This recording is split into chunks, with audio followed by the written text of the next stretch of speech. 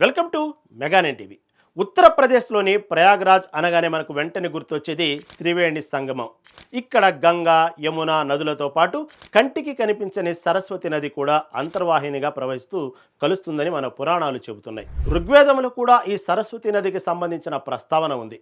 అయితే గంగా, యమునలు పైకి కనిపిస్తున్నాయి, కానీ ఆ మూడో నది అయిన సరస్వతి మాత్రం ఎవరికీ కనిపించదు. అందుకే దాన్ని అదృశ్య నది అంటారు. కానీ నిజంగానే అక్కడ భూగర్భంలో ఏదైనా నది ఉందా?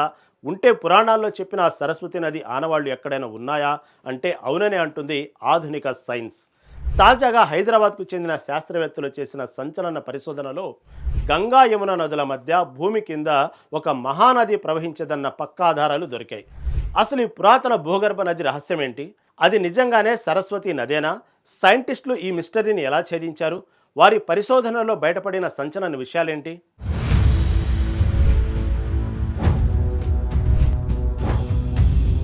భారతీయ సాంస్కృతిక వారసత్వంలో సరస్వతి నదికి ఎంతో విశిష్ట స్థానం ఉంది. ఋగ్వేద కాలంలో వాయువ భారతదేశంలో ఎంతో ఉధృతంగా ప్రవహించిన అతిపెద్ద పవిత్ర నది సరస్వతి. కానీ కాలక్రమంలో భౌగోళిక మార్పుల వల్ల ఆ నది కనుమరుగైపోయిందని చారిత్రక ఆధారాలు చెబుతున్నాయి.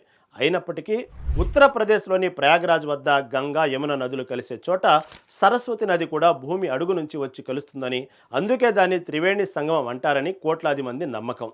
దశాబ్దాలుగా ఇది కేవలం విశ్వాసంగానే మిగిలిపోయింది. కానీ ఇప్పుడు ఈ విశ్వాసానికి బలమైన శాస్త్రీయ పునాది పడింది.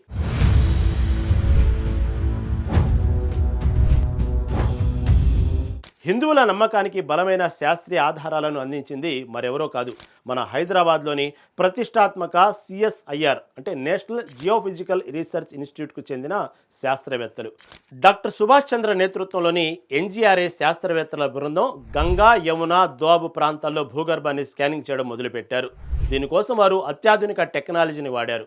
కేవలం మ్యాపులు చూసి వదిలేయకుండా హెలికాప్టర్ ద్వారా ఎలక్ట్రోమాగ్నెటిక్ సర్వేలు నిర్వహించారు.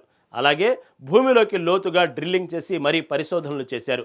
ఈ పరిశోధనల్లో వారిని ఆశ్చర్యపరిచే ఒక నమ్మశక్యం కాని నిజం బయటపడింది. భూమికి దాదాపు 10 నుంచి 15 మీటర్ల దిగువన ఒక అతిపెద్ద నదిలోయ ఉన్నట్లు వారు నిర్ధారించారు.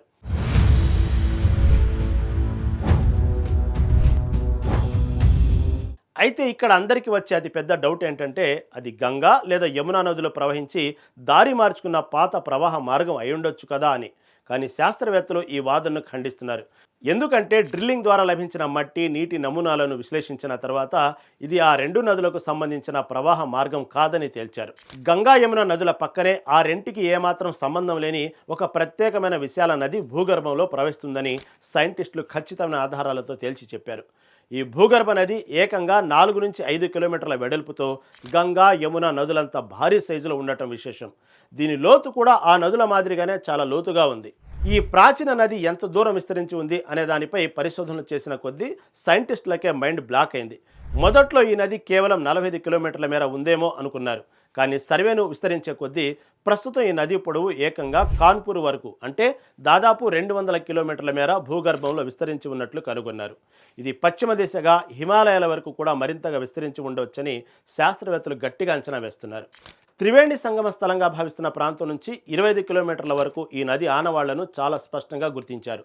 అయితే ప్రస్తుతం అక్కడ జనాభా పెరిగిపోయి భారీ భవనాలు నిర్మించడంతో తదుపరి సర్వే చేయడం కాస్త సవాలుగా మారింది. ఒకప్పుడు ఈ గంగా, యమునలతో పాటే సమాంతరంగా ఈ మూడో నది కూడా పైకి ప్రవహించేదని, కాలక్రమంలో భూకంపాలు, టెక్టానిక్ మార్పుల వల్ల ఇది భూమిలోకి కుంగిపోయి మట్టి పొరల కింద కప్పబడిపోయిందని సైంటిస్టులు నిర్ధారించారు. ఇది ఖచ్చితంగా పౌరాణిక సరస్వతి నది ఆనవాళ్లే అయి ఉండవచ్చని, త్రివేణి సంగమం పురాణాల కథలకు ఈ పరిశోధన ఒక భౌతిక రూపాన్నిచ్చిందని శాస్త్రవేత్తలు చెబుతున్నారు.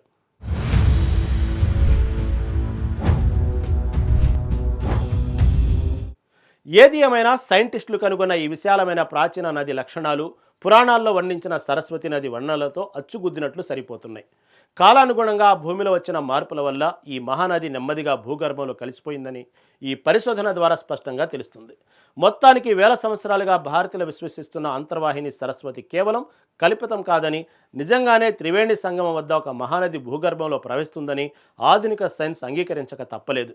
ఈ ఆవిష్కరణ మన పురాతన గ్రంథాలు ఎంత ప్రామాణికమైనవో మరోసారి నిరూపిస్తుంది. అంతేకాదు, ఎండిపోతున్న గంగా బేసిన్ ప్రాంతంలో భూగర్భ జలాల కొరతను తీర్చడానికి ఈ అతిపెద్ద భూగర్భ నది మార్గం ఎంతగానో ఉపయోగపడుతుందని నిపుణులు భావిస్తున్నారు. ఏది ఏమైనా అదృశ్య సరస్వతి ఇప్పుడు సైంటిఫిక్గా దర్శనమివ్వడం నిజంగా సంచలనమే.